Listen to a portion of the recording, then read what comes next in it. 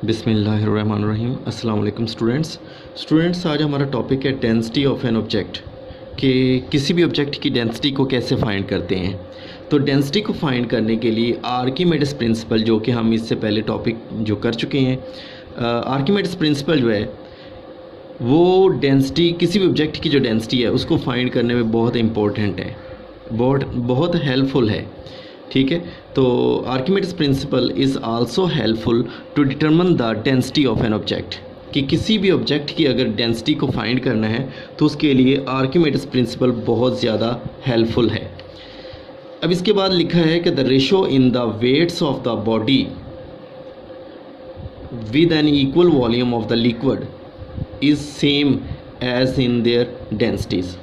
अब यहाँ पर वेट्स की जो रेशो है वो कह रहे हैं कि वेट्स की रेशो इक्वल है रेशो ऑफ डेंसिटीज़। ठीक है, इसके लिए मैं थोड़ा सा आपके सामने इसको एक्सप्लेन करता हूँ कि वेट ऑफ एन ऑब्जेक्ट, किसी भी ऑब्जेक्ट का जो वेट है वो W1 है। ठीक है, वेट ऑफ द लिक्विड वो W है, उसको हमने W ले लिया है। और डेंसिटी ऑफ द ऑब्जेक्ट, जिस ऑब्जेक्ट की डेंसिटी को हमने फाइंड करना है उसको हमने कैपिटल D से लिख दिया है, डिनोट कर दिया है। और डेंसिटी ऑफ लिक्विड की जो डेंसिटी है वो है रो, हमारे पास रो। अब हमने दो रेशोज़ लिए हैं, दोनों रेशोज़ आपस में इक्वल हैं। वेट्स की रेशो इक्वल है रेशो ऑफ द डेंसिटीज़। अब इसमें देखें कि W1 से क्या मुराद है, वेट ऑफ एन ऑब्जेक्ट, और D से क्या मुराद है, wait of the density of the object. तो यहाँ पर हमने दोनों को, ऊपर जो ली गई हैं चीज़ें, यहाँ पर वेट ऑफ एन ऑब्जेक्ट और डेंसिटी ऑफ एन ऑब्जेक्ट। ठीक है, और यहाँ पर W से मुराद है वेट ऑफ द लिक्विड और rho density of the liquid. ठीक है, तो ये हमारे पास रेशो है, ये आपस में इक्वल है। अब एक स्टूडेंट से यहाँ पे एक बात क्लियर करना चाहता हूँ कि किसी भी ऑब्जेक्ट का जो वेट होता है वो जो लिक्विड के अंदर कुछ और होता है और लिक्विड से बाहर उसकी वैल्यू कुछ और होती है, यानी कि उसकी वैल्यू में फ़र्क आ जाता है। जैसे ये जो इनके जो वेट है ना वो डिफरेंट होता है।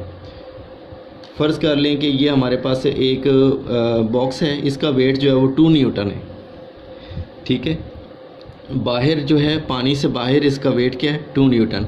और जब हम इसको पानी के अंदर लेके जाएंगे, इसको इमर्स करेंगे इन अ लिक्विड, तो इसका वेट फॉर एग्ज़ाम्पल रह जाएगा 1.5 न्यूटन, यानी कि इसका वेट जो है वो कम हो जाएगा।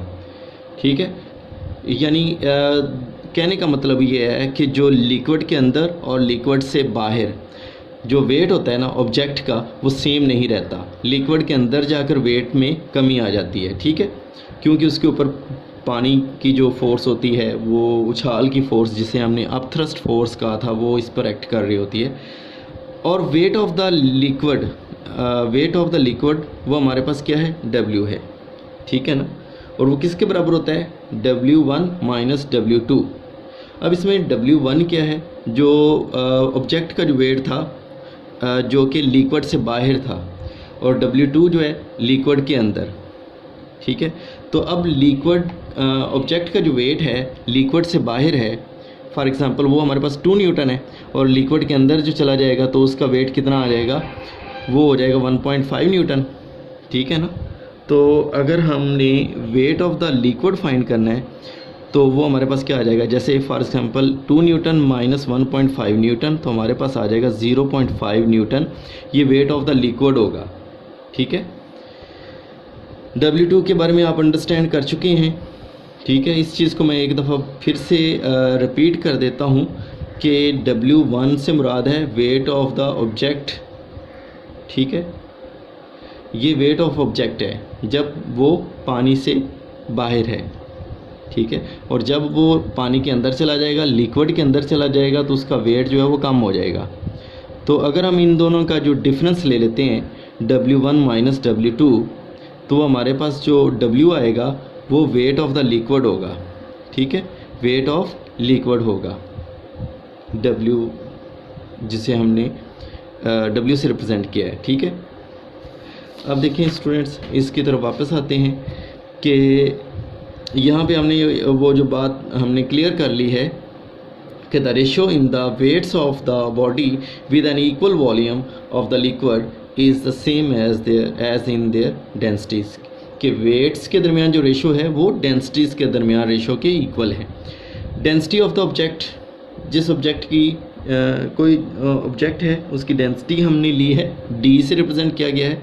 डेंसिटी ऑफ द लिक्विड वो रो है, wait of the object W1 है, और weight of the liquid equal volume of the liquid वो हमारे पास W is equal to W1 minus W2। ये सारी चीज़ें हम पहले ही डिस्कस कर चुके हैं। और W2 के बारे में मैंने आपको बताया है कि W2 is the wait of the solid in liquid, यानी लिक्विड के अंदर जो वेट होगा वो W2 होगा और लिक्विड से बाहर जो होगा वो W1 होगा। ठीक है। According to Archimedes principle W2 is less than its actual weight W1 by an amount W।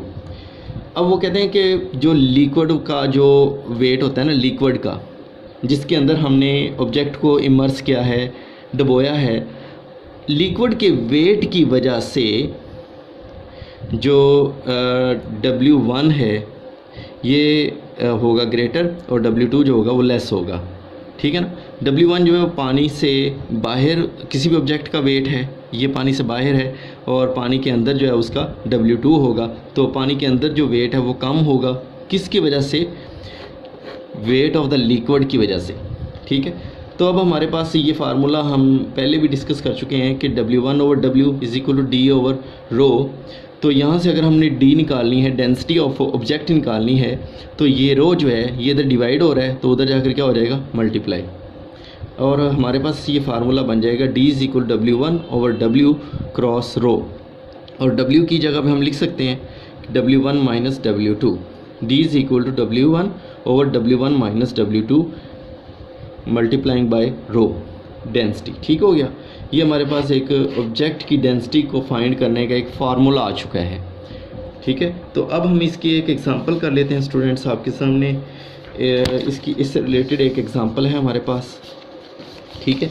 और इसमें लिखा हुआ है कि the weight of a metal spoon, एक स्पून है, एक चम्मच है जो कि मेटल का बना हुआ है, उसका जो वेट है एयर में यानी पानी से बाहर वो है 0.48 न्यूटन, और इट्स वेट इन वाटर, और इसका जो वेट है पानी के अंदर इज़ 0.42 न्यूटन। अब जैसे आप यहाँ पे बेहतर तरीके से अंडरस्टैंड कर सकते हैं कि जो स्पून का वेट है इन एयर, हवा के अंदर यानी पानी से बाहर वो 0.48 न्यूटन, और जो पानी के अंदर है वो 0.42 न्यूटन। इसका मतलब है वेट इन लिक्विड वो कम होता है, जैसे मैंने आपको पहले ही बता दिया है ये। और डेंसिटी ऑफ वाटर वो हमारे पास क्या है? 1000 किलोग्राम पर क्यूबिक मीटर। ठीक है। डेंसिटी ऑफ स्पून हमने फाइंड करनी है। हमारे पास फार्मूला है D is equal to W1 over W1 minus W2 cross density of liquid. और डेंसिटी ऑफ लिक्विड हमारे पास कितनी है? 1000 होती है, वो हमने वैल्यू पुट कर दी। W1 0.48 माइनस 0.42 वैल्यूज़ पुट की। यहाँ पे हमारे पास जो आंसर आ गया है वो डेंसिटी ऑफ ऑब्जेक्ट आ गई है 8000 किलोग्राम पर क्यूबिक मीटर। तो ये हमारा रिज़ल्ट है स्टूडेंट्स कि density of material of the spoon is 8000 kilogram पर क्यूबिक मीटर। ठीक है स्टूडेंट्स। तो उम्मीद है कि आपको डेंसिटी ऑफ ऑब्जेक्ट के बारे में सब कुछ अच्छे तरीके से पता चल गया होगा। तो नेक्स्ट टॉपिक के साथ इंशाल्लाह फिर हाज़िर होंगे।